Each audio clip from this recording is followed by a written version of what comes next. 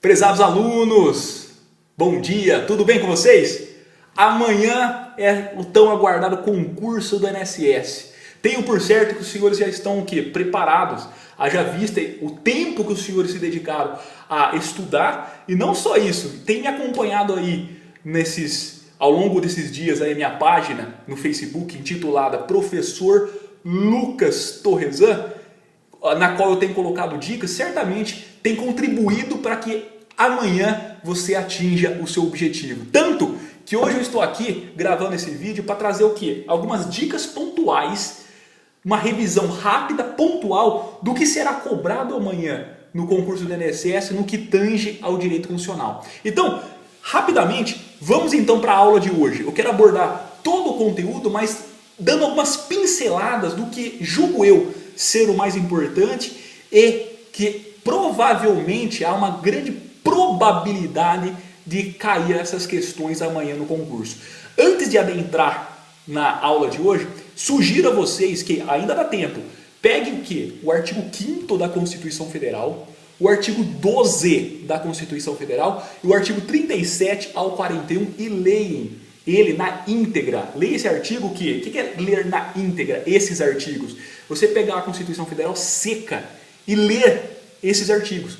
É isso que eu recomendo para vocês ainda hoje. Por quê? Porque amanhã a prova, qual que é a banca? É a CESP. E a CESP, o que ela costuma fazer? Ela é muito fiel nas palavras da lei. Logo, é muito importante que vocês o quê? Leiam esses artigos, que são os mais cobrados, para poder perceber a terminologia que a lei emprega, ou seja, como que a lei coloca as palavras, porque a CESP é muito comum ela brincar com as palavras da lei. Então é muito importante vocês terem o acesso literal do texto da lei, para que vocês possam ir assimilando como pode ser cobrado no concurso, ok? Pois bem, para começar a aula de hoje, eu gostaria de abordar com vocês o artigo 12, que é um artigo muito cobrado nos concursos, que fala o quê? Do quem seja brasileiro nato e brasileiro naturalizado. Ou seja, o artigo 12 faz a distinção entre brasileiro nato e naturalizado. Lembrando que essa distinção só a Constituição pode fazer. Nenhuma outra lei pode fazer, somente a Constituição. Tanto que no artigo 12 existem os cargos privativos de brasileiros natos, ok? O que diz a Constituição Federal? É brasileiro nato por 3 critérios: ius solis, ius sanguinis e ius sanguinis mas plus. O que significa isso?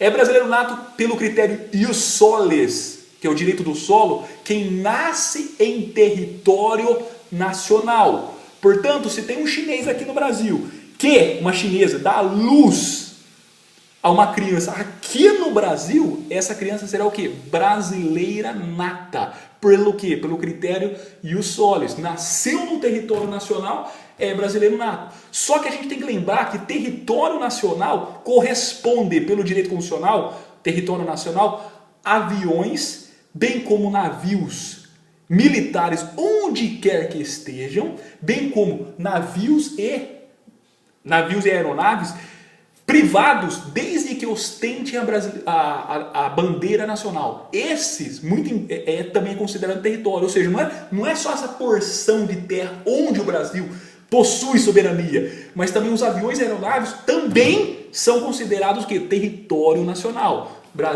Aviões e navios militares, onde quer que estejam, e aviões e navios privados, desde que ostentem a bandeira nacional. Isso é território. Nasceu aí, vai ser brasileiro nato.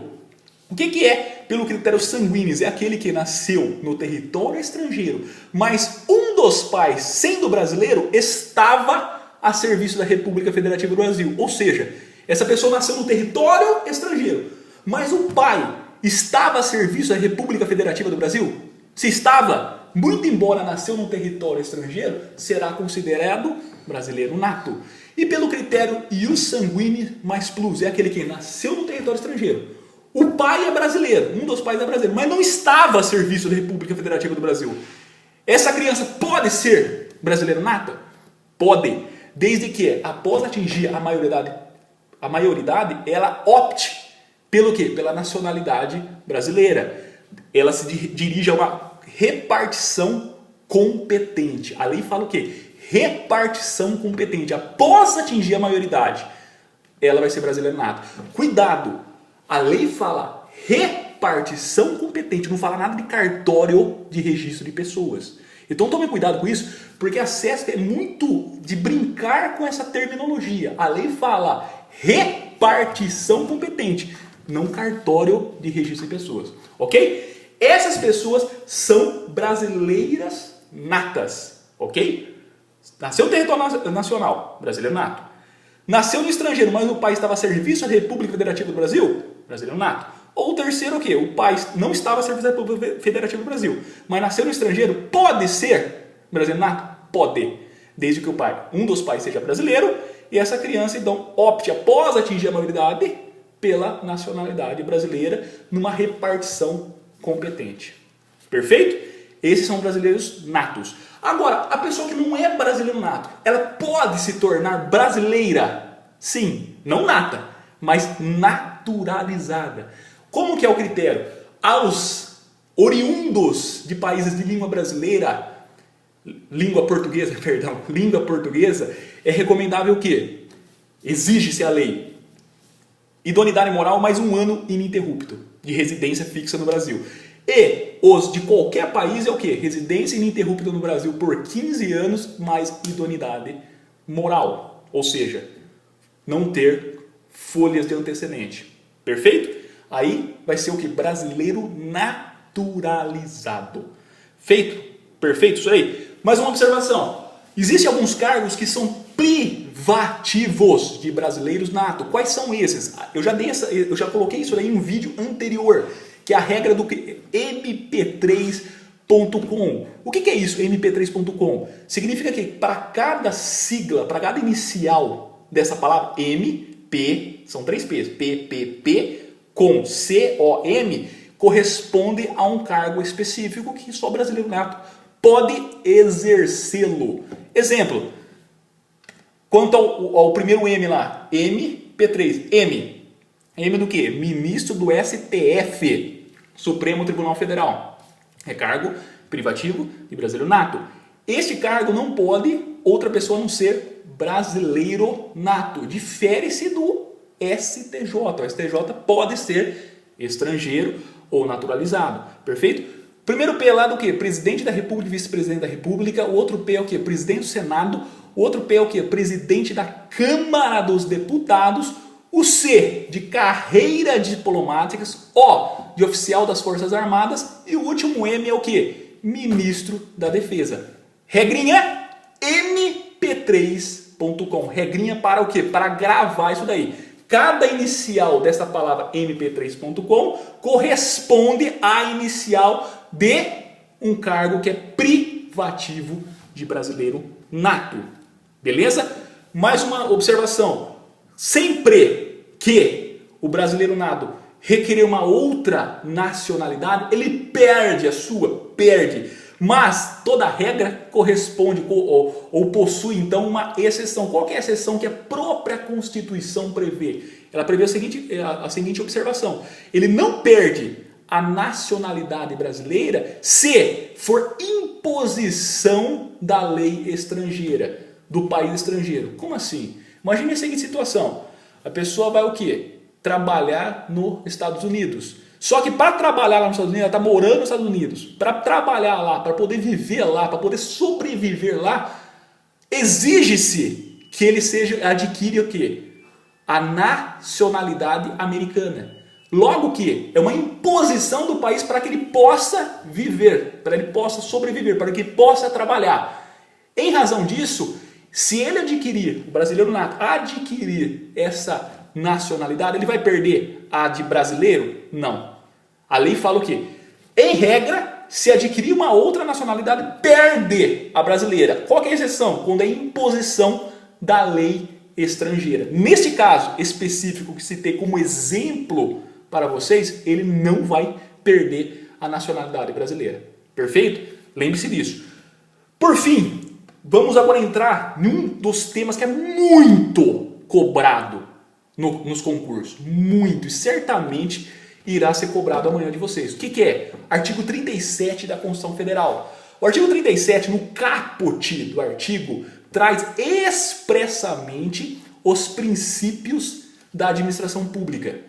Lembrando que, quando fala em princípios, a gente tem que gravar o seguinte: os expressos, os que estão previstos expressamente, de forma clara, cristalina, expresso, escrito na Constituição Federal, são quais? Regrinha, limpe. Lembra do limpe? Cada inicial dessa palavra, limpe, corresponde a um princípio específico. Como assim? Você coloca limpe, perfeito? Em vertical. Cada letra dessa expressão limpe corresponde a um princípio específico. Por exemplo, limpe, o L, que é a primeira inicial, a primeira letra ali que compõe essa palavra limpe. Esse L corresponde ao princípio do quê? Da legalidade. O I, da impessoalidade.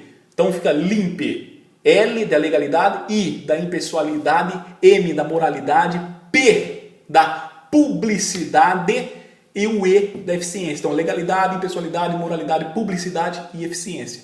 Esses são os princípios expressos na Constituição Federal. Perfeito? Por que são os expressos? Porque existem os princípios implícitos da administração pública.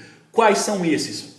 Em resumo, os mais cobrados são o quê? Supremacia do interesse público face ao particular. E o quê? A necessidade da continuação dos serviços públicos essenciais. Então, os expressos são o quê? O limpe, legalidade, impessoalidade, moralidade, publicidade e eficiência. E quais são os implícitos? São o quê? Supremacia do interesse público e necessidade de continuação dos serviços públicos essenciais.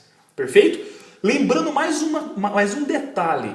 Quando a gente fala do princípio da legalidade, que está no artigo 37 da Constituição Federal, nós temos que lembrar que esse princípio da legalidade difere-se legalidade para o administrador público da legalidade para o quê?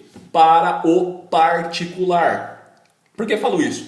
Porque no artigo 5º da Constituição Federal, que está lá, que é os direitos e garantias individuais, existe o princípio da legalidade lá para o particular, que diz assim a Constituição Federal: o particular pode fazer tudo aquilo que a lei não proíbe, ou seja, a qualquer pessoa é permitido fazer tudo aquilo que a lei não proíbe, não veda, perfeito?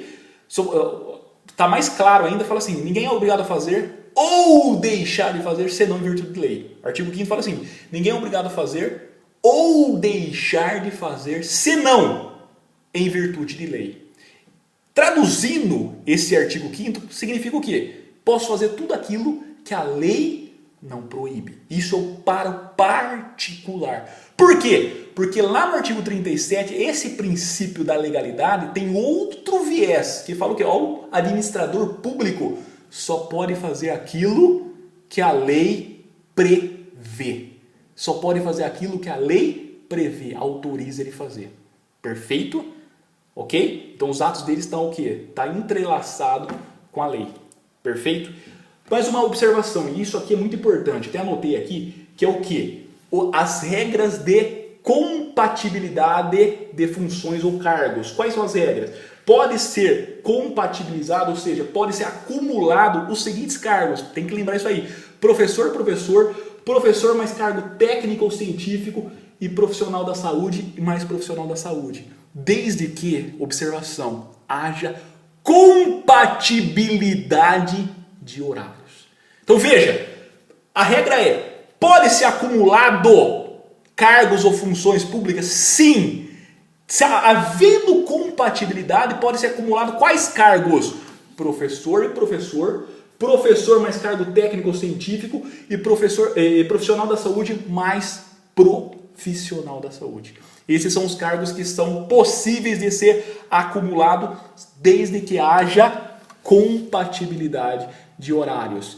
E o último detalhe, para finalizar essas regras, essas dicas rápidas, pontuais para a prova de amanhã, que eu estou torcendo e tenha certeza que você vai passar, porque eu confio no teu trabalho, eu confio em ti, por isso que eu estou aqui gravando, porque eu sei que você está preparado e essas últimas pinceladas é para poder somar no seu estudo que você já vem fazendo há um bom tempo.